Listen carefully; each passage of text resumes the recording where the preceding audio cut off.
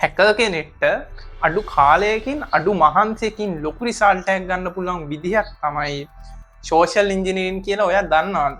අද කතා කරන්න යන්නේ මේ සෝෂල් ඉන්ජිනියරින් ගැන. සිස්ටම් එකක් කෙලින්ම හැක් කරනවට වැඩිය 10 ගුණයක රිසල්ට් එකක් ගන්න පුළුවන්.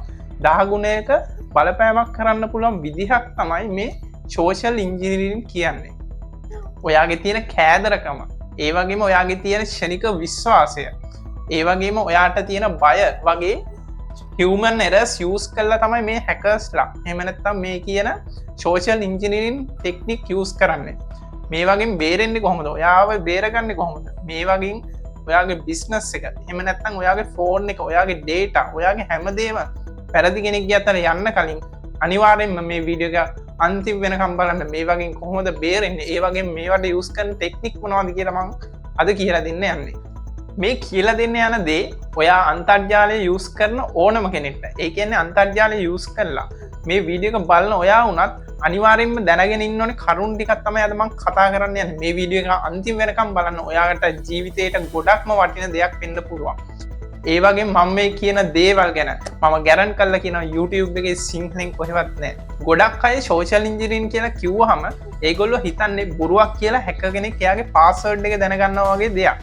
හැබැයි මේක බොරුවක් කියනවට වැඩි ඉතාමත් සූක්ෂම, ඉතාමත් දක්ෂ විදිහට කරන්න පුළුවන්. මේකට ස්කිල් ගොඩක් ඕනේ. ඒ වගේම මේක හොඳට වගේම නරකටත් යූස් කරන්න පුළුවන් ආර්ට් එකක් වගේම සයන්ස් එකක්. මේ හැකර්ස්ලට ඕන කරන දේවල්, එහෙම නැත්නම් වාට කියලා කරගන්න ඕනේ දේවල්, ඔයාගේ තියෙන බය, ඊර්ෂ්‍යාව, එහෙම නැත්නම් බය, කෑදරකම, ඒ වගේම ඔයාගේ තියෙන ක්ෂණික විශ්වාසය වගේ human errors use කරලා මේ අය ඔයාව මැනිපියුලේට් කරන්න පුළුවන්. ඒ වගේ මේ වගේ සයිකොලොජිකල් එරර්ස් යූස් කරලා එයාලා ඒ දේවල් මේ ටෙක්නොලොජි එකත් එක්ක මික්ස් කරලා තමයි ඔයාට සෝෂල් ඉන්ජිනියරින් ඇටැක් එකක් ගොඩක් වෙලාවට කරන්නේ. මෙයාලා දන්නවා සිස්ටම් එකක් හැක් කරනවට වැඩිය මෙයා හියුමන් කෙනෙක්ගේ තියෙන ෆීලිංග්ස්, එහෙම නැත්නම් හැඟීම්, බය, විශ්වාසය වගේ දේවල් වලට බලපෑම් කරන්න ඉතාමත් ලේසි කියලා. එතනදී තමයි අධ්‍යාපනය තුළින් ආරක්ෂාව කියන සංකල්පය ඉතාමත් ගොඩක්ම වැදගත්. මොකද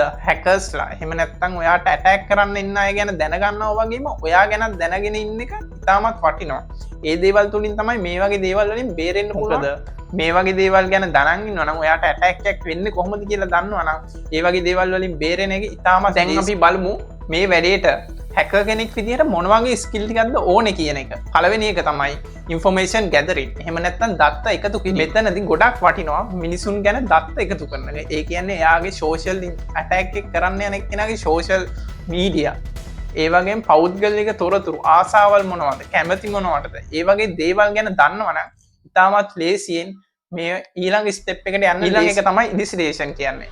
මෙතනදි කරන්නේ වක්‍රාකාරව ප්‍රශ්න අහන එක. ඒ කියන්නේ එයාට දැනගන්න ඕනේ දේ ගැන කෙලින්ම ප්‍රශ්න අහන්න නැතුව වක්‍රාකාරව ප්‍රශ්න අහන. මෙයාට එහෙම නැත්නම් වික්ටිම්ට කිසිම තේරුමක් නැතුව එයාගේ අනුදැනුවකින් එයාගේ කටින්ම උත්තරේ ගන්න විදිහ හැකර්ස්ලා එහෙම නැත්නම් මේ ඇටැක් එක කරන්න ඉන්න අය හොඳට දන්නවා. ප්‍රීටෙක්සින් කියන්නේ. ප්‍රීටෙක්සින් වලදී කරන්නේ ගොඩක් වෙලාවට බොරු චරිතයක්, බොරු කතාවක්, එහෙම නැත්නම් වෙනත්ම ලෝකයක මවලා පෙන්නනවා. එයාට ඒ කියන්නේ හීනමානයක් ඇති කරනවා. මෙතනදී ඒ වගේ දෙයක් කළාට පස්සේ එයාටත් නොදැනීම, එහෙම නැත්නම් එයාගේ හිතේ තියෙන දේවල් මොන වගේද කියන එක හැකර් කෙනෙක්, එහෙම නැත්නම් මේ ඇටැක් එක කරන්න යන කෙනාට ලේසියෙන්ම දැනගන්න පුළුවන්.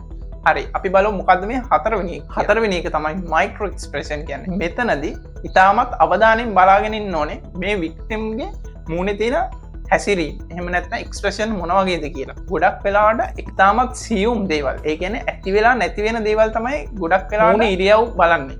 මේ ඉරියව්ව තප්පරයක් දෙකක් වගේ තමයි මුණක තියෙන්නේ. ඒ කියන්නේ ක්ෂණික වෙනවා, ක්ෂණිකව නැති වෙනවා. මේ වගේ චූටි දෙයකින් උනත් ඔයා ගැන හොඳට ජජ් කරන්න පුළුවන් හැකියාවක් තියෙන්න ඕනේ මේ වගේ ඇටැක් එකක් කරන්න යන්න හැකර්. පස්වෙනි එක තමයි ඉන්ෆ්ලුවෙන්ස් ටැක්ටික් කියන්නේ. මෙතනදිත් කරන්නේ එක එක බලපෑම් කිරීමක් තමයි. මේකට එක එක ටෙක්නික් යූස් කරන්න පුළුවන්. හයවෙනි එක තමයි මැනිපියුලේටින් කියන්නේ. ඒ වගේ ඒ කියන්නේ ඔයාව රූකඩයක් වගේ ඔයාගේ කෑදරකම, ඔයාගේ ආසාවල්, ඔයාගේ ඉක්මන් විශ්වාසයන් වගේ දේවල් යූස් කරලා ඔයාව රූකඩයක් වගේ අල්ලේ නටවන එක තමයි මැනිපියුලේෂන් කියලා කියන්නේ සරලවම.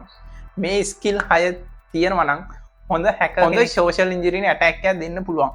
මේ 6 කියන්නේ නිකන් හරියට කෑම වට්ටෝරුවක් වගේ. මේ 6 එක විදිහට යූස් කරලා එක විදිහ පුද්ගලයාට තමයි මේකෙන් ඇටැක් එක දෙන්නේ. මේ 6 මේ කෑම වට්ටෝරු මේ මික්ස් එක නිකම් බොරුවක් කියනවා වගේ නෙමෙයි. ඊට වඩා ගොඩාක් ඇඩ්වාන්ස් ඉතාමත් සූක්ෂම ක්‍රමවේදයක්. මේ ක්‍රමවේදය යූස් කරලා තමයි ගොඩාක්ම සයිබර් සිකියුරිටි ෆීල්ඩ් එකේ ගොඩාක්ම ඇටැක් වෙන්නේ. මොකද සිස්ටම් වලට අප්ඩේට් ආවට කවදාවත් මිනිසුන්ගේ මොළවලට අප්ඩේට් වෙන්නේ නැහැ. මේ අප්ඩේට් එනවයි කියලා නැහැ. මේ අප්ඩේට් එක ඔයාම තමයි ගහගන්න ඕනේ. හැමදේම ගැන කියලා ඉගෙනගෙන මේ දේවල් තේරුම් ගන්න එක තමයි ලොකුම අප්ඩේට් එක වගේම ඔයාට සිකියුර් වෙන්න පුළුවන් හොඳම විදිය. අද මම කතා කළේ සෝෂල් ඉන්ජිනියරින් ගැන ඉතාමත් චූටි දේවල් ටිකක් විතරයි. මේ වගේ මාතෘකා ගැන ඔයා කැමති නම් මොන වගේ දේවල්ද ඉස්සරහට කතා කරන්න ඕනේ, මොන වගේ ප්‍රශ්නද ඔයාට තියෙන්නේ කියලා පල්ලෙහෙන් කමෙන්ට් එකක් දාගෙන යන්න. මේ වීඩියෝ එක මේ වෙනකම් බැලුවා කියන්නේ ඔයා සුපිරි. මොකද මේ වගේ මයින්ඩ්සෙට් එකක් තියෙන කට්ටිය බොහොම අඩුයි. ඒ හින්දා ඔයා මේ වීඩියෝ එක බැලුවනම් අනිවාර්යෙන් අපිව සබ්ස්ක්‍රයිබ් කරන්න, ෂෙයා කරන්න, බෙල් අයිකන් එකත් ක්ලික් කරන්න, කමෙන්ට් එකක් දාන්න, ලයික් එකක් දාන්න. මේ හැමදේම කරන්න. එහෙනම් අපි ඊළඟ වීඩියෝ එකෙන් හම්බෙමු. good luck.